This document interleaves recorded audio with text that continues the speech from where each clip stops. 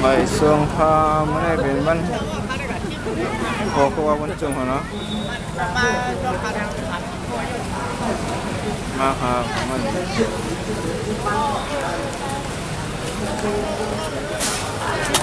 ได้นำช่างได้เลยค่ะมาเลยช่างไหนว่างเดินเข้าได้เลยนะคะแยกไปเลยครับแยกเป็นเสือนะครับมาแล้วครับ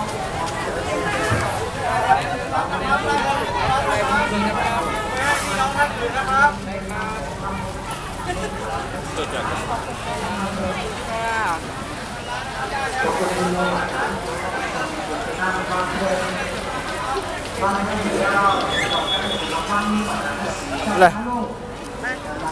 เอาใส่กระเป๋าดีๆว่าได้เป็นโล่งอันนั้นนั่นยาวนะ โอ้ยเนาะปันมาเก็บไปดีๆเป็นโล่งยาวเก็บไปดีๆเลยนี่แหละนั่งแล้วก็เดม่ามีตั้งหลายคนดีสนามกีฬาเหรอเนาะในเป็นวันผัดวันแบบนั้น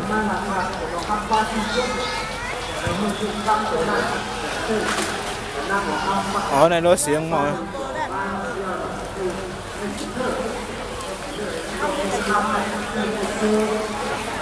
วันลำบิดเลยฮะ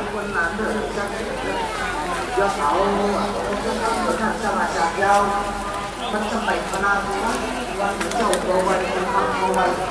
ต้องเจ้าไปดีได้ยังจักมาเองนาลาจาอาดิสวันโนปัตตานิปปาโซนาวันขึ้นตัววันนาวันตกมาตัววันอาเปได้ยังจักมาเองนาลาจาอาดิสวันโนปัตตานิปปาโซนาวันตกตัววันนาวันออกตัววันวัดตัววันนั่นเองมาลูกโซเป็นก้นล้านเด้อหาสักเถินมาจากเอาลูกแม่ตัวหนึ่งเอาลูกแม่ตัวหนึ่ง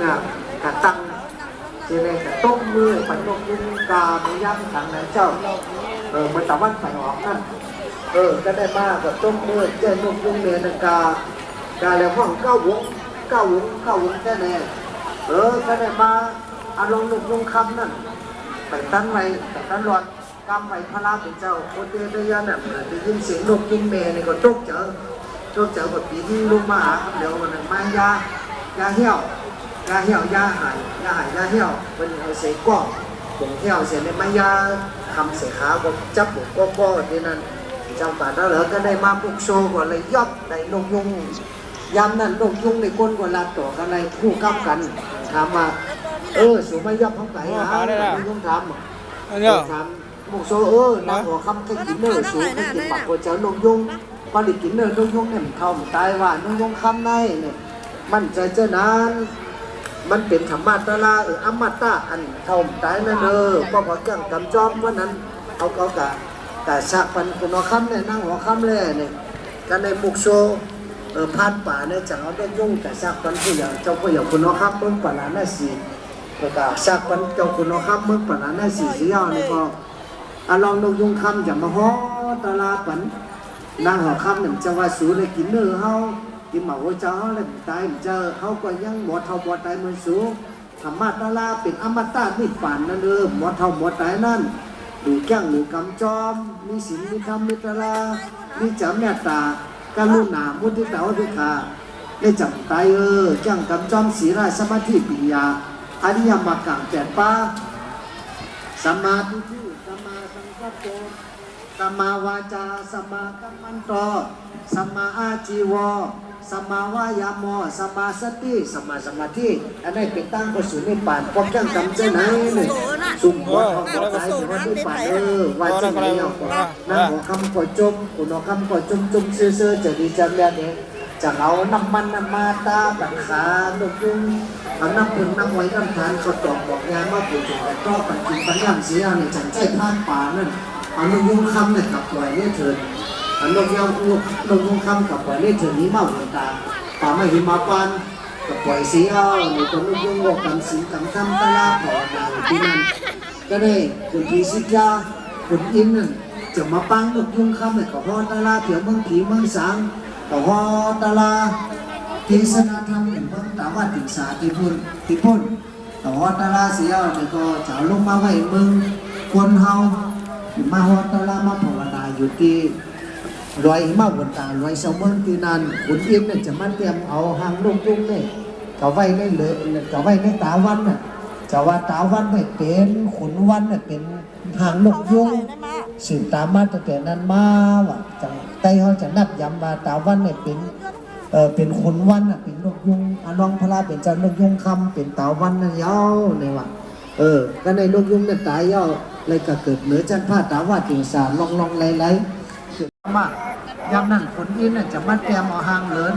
หางฝั่งใต้หางกระต่ายไม่ได้เดินเนี่ยจะว่าคนเดินเนี่ยเป็นหางฝั่งใต้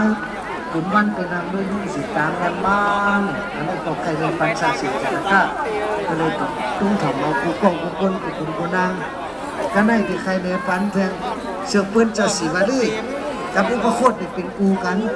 เจ้าสีวลีนี่ก็มายามนั้นเมื่อไรเซนกับผากว้างมานั่นหายไปไหนพ้นแล้วเจอมุกโซ่คนหาเนื้อหาหนังหาเสพติดก็ไม่มาเนี่ยอาตามือหนึ่งมันก็หาสักถึงสักหาน้ำคุณตั้งมาน้ำคุณมาเจอน้ำคุณมาไอ้ตั้งมาจ้องกลางตั้งสมัยยามันจะขับผู้หาดึงหัวนั่นขอบข้างผู้เลยมันจะเอาหัวมันคุณมาหลุดตั้งมาหลุดตั้งจะสู้ต้องผ่านเวทีโจอันนั้นของเขาคาในตั้งน้ำคืนได้ในตั้งบอกไม่หมัดกอกได้จะเป็นผู้สูงอายุกำแถมกอคาจะมีสู้มีดับกูจัดกูปานเลยจอดตะลาเลยเป็นละหันตาสีกำสู้ต้องเช่นนั้นนี่ก็ตายเกิดจากนั้นก็เกิดในชั้นผ้าตาว่าติงสาลองไหลมาที่เกิดตายมาที่ลายจัดลายเผาว่าลายเส้นกับผักกว้างมาถึงมาหลักพระราชเจ้าโคตมาได้นี่เจ้าศิวลีใจศิวลีนั่นมาเกิดอยู่ในต้องนางสุปาวาสานางสุปาวาสาซ้ำเป็นคือขุนคำสากีวังเป็นเจ้าคือเจ้าพระราชเป็นเจ้าอยู่ในเมืองอยู่ในเมืองกัปปิลวัตถุปีนานก็ได้มาเนี่ยเขาในต้องแม่อยู่ในต้องแม่ซ้ำหุงเนื้อเปิ้นเจ้าศิวลีอยู่ในต้องแม่เนี่ย7 ปี7 เดือน7 วัน7 ยามทั้งก่อนอยู่ในต้องแม่นะก็พอมีปากก้าวนไว้จัดก่อนปานเลื่อนเมื่อเป็นขุนคำจะเมืองป่าลาหน้าสีเมื่อย่ำนั้นเนี่ยซ้ำปิกบ้านปิกเมืองเปิ้นออกวันออกเมืองกับ7 วันไว้เปิ้นออกวันออกเมืองป่าลึกออกวันออกเมืองป่าก็เพราะว่าวันเมืองสุกซักมีปากก้าวนอันนั้นจังว่าใจศิวลีเลยอยู่ในต้องแม่นางสุปาวาสานั่นอันเป็นเจ้าขุนคำเมืองสากีนั่น7 ปี7 เดือน7 วันเย่าก็7 ยามจังเจ้าผัวมันต้องปัดพระราเป็นเจ้าพระราเป็นเจ้าส่งเมตตามานี่ก็จะเกิดแรงง่ายๆเล่งลูกเผื่อเล่งลูกนี่ก็ต่างชื่อว่าศิวลีกุมาราศิวลีกุมาราเบอร์อาศักเล็กๆซีนั่นเบอร์เปิดไม้ย้อนนี่บนหางนุ่งหนาคำกอดตัวย่ำเป็นผีเป็นสางเป็นคนทั้งหลายนี่ก็เอานุ่งหนาคำเอาเกี่ยวเสียงลูกใจและกระหน่ำมันมาการทุกตองไว้ก็ในมาถึงอายุอาศักได้7 ปีมาในขบวนใช้เป็นเจ้าสาวอ่อนนี่ก็สมองกับอาปเมียคนนำเด็กขน้องสารีพุทธลาเมื่อท้าโหนั่นท้าหกขุนโหท้าหกกองที่1ในเป็นซ้อตาปานก็ท้าหกกองที่2ในเป็นสักขีตะการท้าหกกองที่3ในเป็นอนาคาท้าหกก็ท้าโหเย้าในเป็นห้างตาก็ดูในเป็นเจ้าห้างตาเรื่องก็จากทุ่งซ้อติดมีจุดมีนับคุณนั่นหรือมาตันมาตันเป็นแสงไส้คนกับทั้งนั้น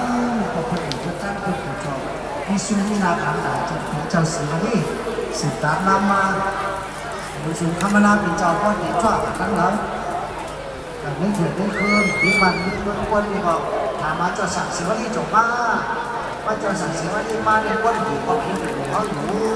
พระเป็นเจ้าไม่ได้ในร่างกายเป็นคนดีเจ้าศิวลี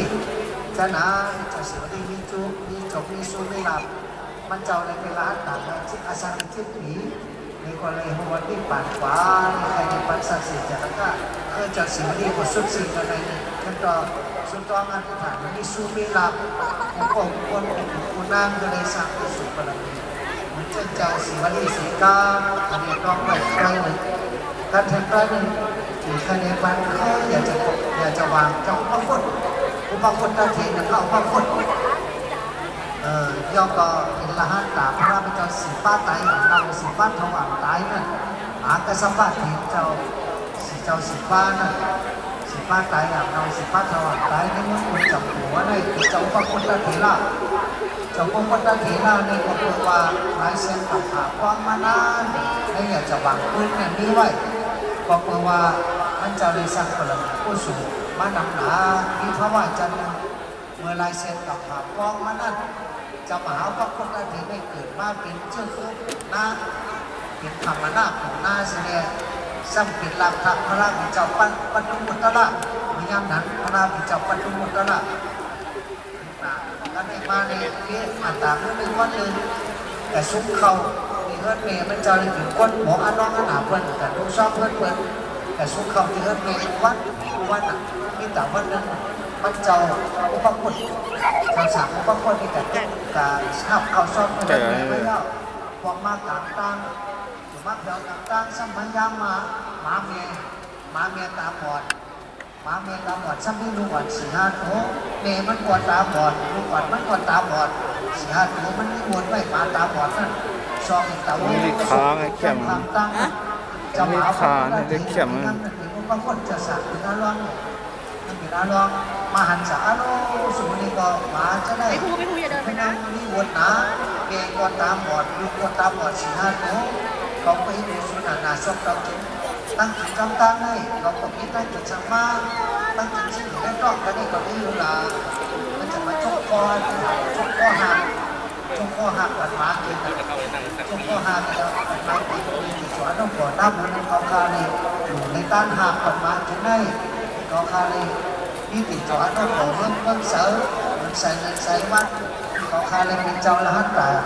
จะป้าเนื้อมันมีสุนีรับนี่แก่ตา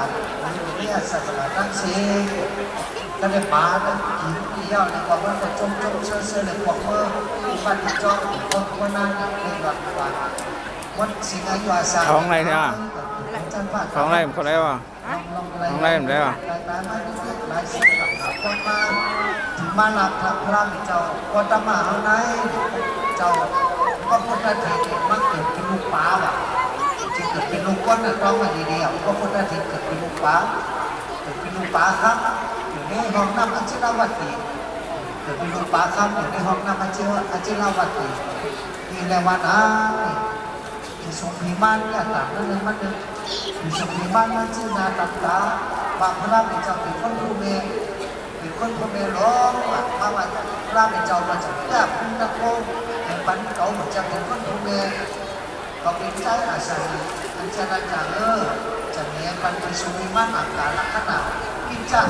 ลักษณะคือสังเสริญในวันมันเป็นทรงพิมานหาเราไม่โง่โอ้จะมาได้เลยมันก็ไปเงียบไปหมดแล้วคำรามเจ้าแม่ตาพระเจ้านันอธิษฐานของพี่เจ้าเป็นคนใจนั่นอาสาหนึ่งนั่นเสียงภาษาปีติกับปัจเจ้าอนันตาปัจเจ้าพระเจ้าหัวน้ำลายไว้ถึงน้ำลายพี่เจ้า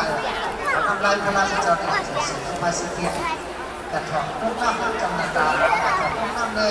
ถอดพุ่งน้ำในป่าในห้องเอาน้ำลาย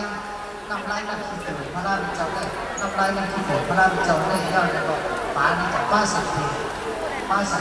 ดูได้หลายเรื่องว่าป่านี่ป้าสักทีทรงเดินสักที มือสั่นนะ บางวันนั้นนี่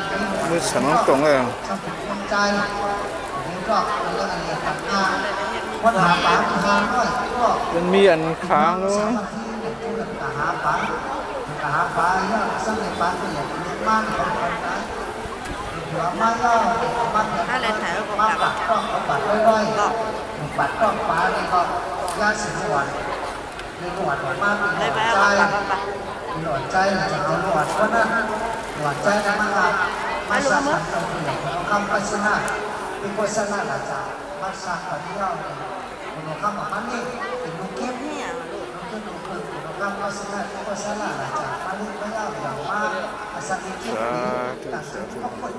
อุปคุตตะศีลาอุปคุตตุมานานะสัจจะปีมาจะมาอาจาสาอย่างนี้ลองหนองตาในใจสังลาลา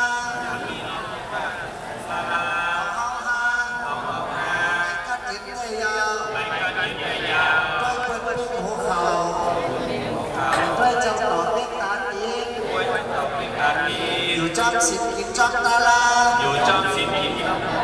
ในยาดังกัดเย็นเงยยาว ยาดังกันจิตได้ยาว ท่านเธอไว้หลายตาท่านเธอไว้หลายตาไว้หลายเมืองการตั้งเราก่อนต้นเหือ ทางไหนก็ถึง การพักเราก็สายาในยาดังซ้ำสากัดเย็นเงยยาวร้องผ่านในอับปอนนี้ ในอาบอนนี้ เอาเขาโตขี้เหลือดไม้ เอาเข้าตุกที่เดินมา ต่อสานในอับปอนนี้ โตซานีอาบอนนี้ เอาเขาโตขี้เหลือดไม้ เอาเข้าตุกที่เดินมา มอห้าในอับปอนนี้ ทางไหนอาบอนนี้ เอาเขาโตขี้เหลือดไม้ เอาเข้าตุกที่เดินมา จุดแผ่นรองผ้า จุดแปดโลภา จะให้การตาหน้า จะเป็นต่างตาหน้า จุดแผ่นตาซา จุดแปดโลซา จะให้การสีล่าพิจาเมตตา มีใจเมตตา จุดแผ่นมหาพิจา จุดแปดโลซาวิจา จะให้การภาวนา จะให้การภาว ส นา มาธา สมาธา วิปัสสนาเรียาว วิปัสสนานัญญา หมออยู่อ่ะหมอเศร้า อาหมออยู่อาหมอเศร้า ในกลางในเมาต่อโจ ในการในเมาต่อโจ หมออยู่หมอเศร้า หมออยู่หมอเศร้า ในกลางในเมา ทำในกลางในเมา เอาเข้าวัดที่ป่า เอาหมอที่ป่า หมออยู่อ่ะหมอกิน อาหมออยู่อาหมอกิน สีหนักนิทาน อามีศีลอามีทาน หมอกันปูวัน ไปพิงโมกันทุกวัน ในน้ำตาตกยัง ไปน้ำตาตกยาม ทำถึงเมืองอะไร ทำบุญคุณนาลาย หมออยู่หมอกิน พ่อหมออยู่หมอกิน สิบมีทาน มีศีลมีทาน ในพวกหมอกันปูวัน ทำไปพิงโมกันทุกวัน ในหนังน้ำตาตกยัง ทำน้ำตกยาม ตับเจ้าวัดที่ป่าน ทำใจฮอดทุกป่า ผู้จักตาผู้จักตา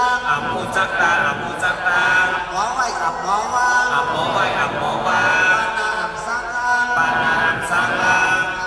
นี่ป่า ตาหอดเมืองนี่ป่า ผู้จักตาผู้จักตา พ่อมูจักตามูจักตาหมอไว้หมอว่า ปานาสังฆา ปานาสร้างลา ตั้งวันที่ป่า เป็นพระหอดนี่ป่า ความรักมันเป็นกาปานาและกาเทียน กัลนาอัมไปกัดเย็น ตั้งกับกามันเป็น ลานกันหากามันเย็น และกาเทียน ปานาอัมไปกัดเย็น และท้องกับกามันเป็น เทรัตก็กามันเป็น ปานาและกาเทียน ปานาอัมไปกัดเย็น ความดี คือตกดี ถึงมาผีในป่า ถึงเมืองผีนี่ป่า บ้านดี ลานลำนี้ มาผีในป่า ถึงเมืองผีนี่ป่า การดี เหตุการณ์นี้ ถึงมาผีในป่า ถึงเมืองผีนี่ป่า สงการขัดที อดยนกันทันที ปานามีขึ้นหน้า วันนี้ขึ้นหน้า ถ้าเจ้าเขาได้นำเสียเปิด หากเจ้าเขาได้นำสีเปิด กับปนันเงินเราให้การหนักดีขี่จากเมื่อไรเท่า สีใจเมื่อไหนเท้า เอาตาล่าเมื่อจำตาย เอาตะลาเมื่อจำตาย ไงเป็นนอกกา ตอนกลายเป็นยอดกา ตายเอาหาแปดกำไปเอาสร้างแก่ ตายเย้าหักปากเดียวจังแก ยุคหนักสังฆราชตาล่า ยุคนำสังขารลาตะลา มีนอนมีแกน อ่ำมีรอดมีแก สังแก่นอ สังแต่นอ มีป่าได้จำมา นี่ป่าได้จำมา เพราะว่าเฮาหา เพราะว่าเฮาหา ขอไว้บ้างจานันยาว ขอไว้วางใจนันยาว ปานาซา นี่ปานาซา สยอ ปิสยอฮอดูสาธุสาธุสาธุ ขอเป็นก้นสีก้อนในยาวก้นหมังก็มาหาลูกจ่ายยตนาเงินคำเกี่ยวเสียงไข่ลอกขี่น้อยก็ได้ไข่ลอกก้นตลาดสัมพอหานี่ก็เป็นก้นตาคนเดียวบางก็ขอหาไข่ลอกก้นตลาดไว้ลูกจ่ายลอกก้นตลาดไว้สัมพอหาลูกจ่ายยตนาเกี่ยวเสียงเงินคำมันนี่ก็มีตาคนเดียวไว้ตาก็สัมลอกขี่ก็พอหาลอกก้นตลาดก็พอหานี่เป็นคนมีตาสองคนตาก็สัมล้อกี่ก็มาล้อกุตลาก็มาตาบอดสองคนยาวพระเป็นเจ้าจะเพราะว่าเหมือนเจ้าคนตาบอดสีก้อนนี่เนี่ยก็ได้กว่าแทงพระเป็นเจ้าก็หันตาลาหลีตาลาเมียนจะได้หูสอนปานนี้ขึ้นปอกขึ้นมามายาเสนเก้านี่อยู่ที่เก่าหันพระเป็นเจ้ามาเนี่ยมันก็กุ๊กหัวไวพระตัวเป็นเจ้าถือกบหัวไวเจ้านะเจ้าหน้าตาในหันนี่ก็ต้องปัดล้อที่ขา พระเป็นเจ้ายุ่งตกหมูใส่สังฆานอเนี่ยเขายุ่งตกหมูใส่นกเก้าตัวนี่เขายุ่งใส่นกเก้าตัวนี่เขาเมื่อก็ไวเขามาก็ไวนกเก้าตัวนี้มันจะธรรมดาเมื่อนามาแข่งเสียนกับผากว้างตั้งนานได้นกเก้าตัวนี้จะเป็นอารมณ์พระเป็นเจ้าปัจเจกพุทธาป้าหนึ่งจะได้เจอว่าซ้อมมนัสสะปัจเจกพุทธาอันนี้ก็เป็นตาลาสอนเจอตัวหนึ่งพระเป็นเจ้าออกกัดเย็นฮอตาลาเนี่ยเป็นตาลากับนกเก้าแล้วก็ช่วยไปตัวหนึ่งไปตองไปกุกกุกคนก็ได้เนี่ยปันเทียนตัวหนึ่งเป็นผมนกย่างจำศีลพระเป็นเจ้าสมเกิดเป็นหูค้ำอารมณ์พระเป็นเจ้าพระสมเกิดเทวดาได้สมเกิดมาเป็นนกย่างเมื่อไรเสียกับหาป้องอันคนมานานเนี่ยเหมือนสงครามลาตกเป็นเจ้าเขาเนี่ยเกิดมาเป็นหูค้ำอยู่ในดอกน้ำทีหนึ่งทีร้อยป่าไม่มาบวนตาก็ได้ถึงเข้าขิงแทงไม่ยาวเนี่ยน้ำก้อยแห้งป่าป่าก็ตายกว่าที่นี่อะไรนี่เจ้าเมียนบ้านหนึ่งว่าเจ้าเมียนมันหอมเป็ดหอมเดียนน่ะเจ้าเมียนมันเมียนแค่มันมาเป็ดมาเหรียญเงินเป็นเจ้าเมียนเทวดาเกิดมาเป็นนกย่างเฮ็ดเกียงเป็นเจ้าเมียนกำสินกำทับน่ะสูงไฟสติดีๆน่ะเจ้าเมียนย้ำเหลืองนำหนักเป็ดกินข้าวซุปมันก็มีสาตัวสาเทียนแก่เลี้ยงกินข้าวซุปสาปูสายาสาปูคือหูตาลาสาตัวสาเทียนเลี้ยงกินข้าวซุปอันนี้ก็สามันเป็นเจ้าเมียนมาเป็ดกินข้าวซุปกันน่ะก็ได้มานกย่างหนึ่งที่แกงมาภาวนากำสินอยู่ที่ผังน้องรับหูรับตายชุกขาคนเดียวก็ได้ป๋าตั้งหลายหูตั้งหลายสัตว์ตั้งหลายมาหันเสริจะมาทำเจ้าก่อเป็นสังได้มาชุกหูขาคนเดียวในก็เป็นเจ้าเมียเด้อเฮ็ดแกงสุดสิสีหูสีตามันน่ะเอาปีกมันสีหูสีตาตาแดงเฮ็ดแกงไอ้ที่เลยสูชุกขาคนเดียวล่ะอันเขาชุกขาคนเดียวได้ก็ให้ดูชัวว่าชุกขาสองคนได้แต่นังดินเมืองติดลมในส่วนที่ตายน้ำแห้งตายก็เด้อเดี๋ยวเขาให้ดูสุนาจงสูงกันไว้อยู่น้องกันน้องเย็นเด้อว่าใครกันอยู่นี่เขาจะเอาสูเบอร์ปลาทั้งหลายสังโหกไปวันแรกเขาบอกให้มือบอกให้มือปลากรอบปลาดุกปลาดินปลาตาแดงปลาข้าวปลากรอบปลาหวานปลามุ้งเขาบอกให้มือปลาตัวนั้นก็เคยปลานกย่างมาซักเอาปลาได้เขาปลาบ้านกะหาน้องกันน้องเย็นกับเมื่อเย็นน่ะกับเมื่อกันเมื่อเย็นกับกินอย่างขี้ต้มพวกกองไว้กลางปลาก็ตกไว้ไม่อยากกองมากกว่าแค่เมื่อแทงปลาก็เมื่อแทงเอาปลาหายกว่านิดหลังนี้หลังไล่หายกว่านิดกันในมาลองพลังเจ้าปิดหูข้ามกันตรงโคงออกมาเมี่ยงตาด้วยศูนย์หลังได้เขาปิดเจ้าเมียเด้อนี่ในชุกขาคนเดียวนะชุกขาคนเดียวเล่นได้ให้ดูสูโอ้นั่งกินบ้างหลงแทงนั่งแหงสุดใจจนสุดให้เมื่อหนุ่มกันอย่างเงี้ยโอ้จะมาเขาบอกให้เมื่อไม่กล้าว่าให้เมื่อดีถ้าได้มาลกย่างนี่ถึงมากกว่าหูนักกว่าหูจะมาเมื่อเขาย้อนความข้อสูงมากกว่าหูนี่ก็ย้อนความข้อลงว่าของปอนลงกว่าผมว่าเพียวที่ค้าไม่เดือดจำเดือนนั้นลกย่างนี่ไหวมาสักกินหูนี่หันอารมณ์สูนี่เจ้ากดได้เอาน้องไปหวานมากินตายจมกินขี้พวกกองลงไปได้ชัวเขาก็ปล่อยไปที่น้องมันเก่าลงย่างก็เห็นว่าไหวสักกินจริงๆหูก็สักโผล่ตายลงย่างก็สักไม่สักกินนี่ก็มันกล่อมใจอย่างมันดีมันก่อคิ้มดิคอลงย่างขาดตกเลยก่อนลงย่างก็ตกตายที่ฝั่งน้องมันก็ลงย่างตายก็ตกอะไร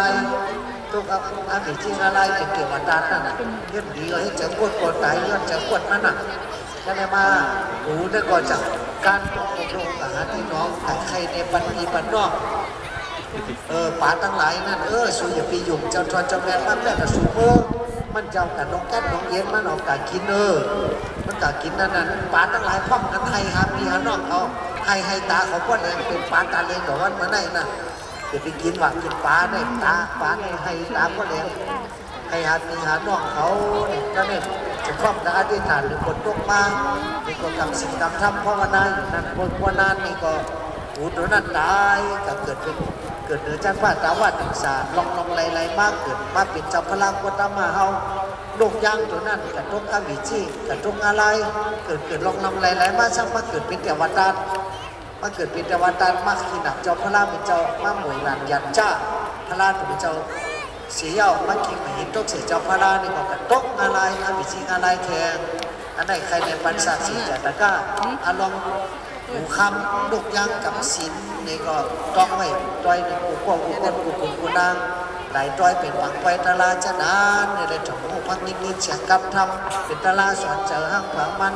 อย่าไปเห็นเจอก้นคนเอาเจอก้นหนึ่งดีมันตายมันจะลูกยังกับตรงอะไรนั่นก็เลยมีสิ่งนี้ทำมีตลากูก็กูคนกูขุนกูนางเขาเกิดมาเป็นคนมโหมายาศาสนาพระเป็นเจ้าเย้าหรือว่าจะกัดเย็นไว้จะฝึกมันเชื่องเล้าไว้จะการเขาเหมือนเชื่องนุ่นเรื่องการลีการเรียนการตัดหน้าการศีลาการผ่านมานากางบางมันนาตาลาลีตาลาแมนเขาเจ้ากัวเลยห่อในลาเบยอดอิสนาไม่จะได้อย่าไปลงอย่าไปลืมต้องไม่กึมต่อฮอดวันตายต่อฮอดนิพพานก็คนกูนั่งกระจูไปฮอดวิ่งข้ามหานิพพานสุดต้องของมันนะกระจูไปฮอดวิ่งข้ามหานิพพานตึกจุกสารเกิดตายลองไหลอยู่ในล้อก้าสามปางตรงนี้ก็เกิดมาเป็นคนอะไรเป็นคนนี้เกิดมาเป็นผีเลยเป็นผีจอดผีเมียผีออกเมียต่างซาก็เลยอยู่โดยอายุวันนาสุขาพลาปฏิฐานาอาโจกีงาปาเปว่าไปจุกูเจอกูเมียวกูสัมกูเบิงเอาเจ็มลอกขิวจะลอกกุตะเหลาจะดินทนมนเจอเผอมันกันนั้นกันตันเจ้าตันเจียวเหตุการณ์มีการเมียนการตาหน้าการ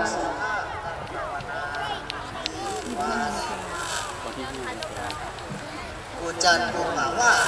มีตาหน้าปรมีศีลาปรมีเนคขมาปรมีปัญญาปรมีวิริยะปรมีขันติปรมีสัจจะปรมีอาติฐานะปรมีเมตตาปรมีอุเบกขาปรมี30จุกีนามีปิยันตั้งผ่านเลี้ยว่าเลี้ยงไก่เมื่อไข่พัดดูรถซ้อมนอเสือจินปังกระโจกปรมีเขาเจ้าข้าไปเปี้ยจุนทนก็เลยมนจอมตาหน้าศีลาจากก้าปิญญาวิริยะฮิริยตป้าจากเจนเข้าจางงายพระกันคมประวัติปรมีเขาเจ้าข้าเปี้ยว่าจุนทนเย้าก็เลยมนจอมคนเด็ดเชียตันเขาว่าจากาก็เลยจับจอมห้องไปเฮือหลุมกุมังสร้างพอต่อตัดลัดเนื้อจอมโหนิปานพอถึงมากยันพยันอมันตีติงวิ่งเสียงวิ่งคำสวนป่าคาคำปีกัดเห็นกูก็กูกลกูขุนกูนางกูเจ้ากูบาสกรรมเลยกานอนิปันนาซาปิจยอตุสาธุสาธุสาธุ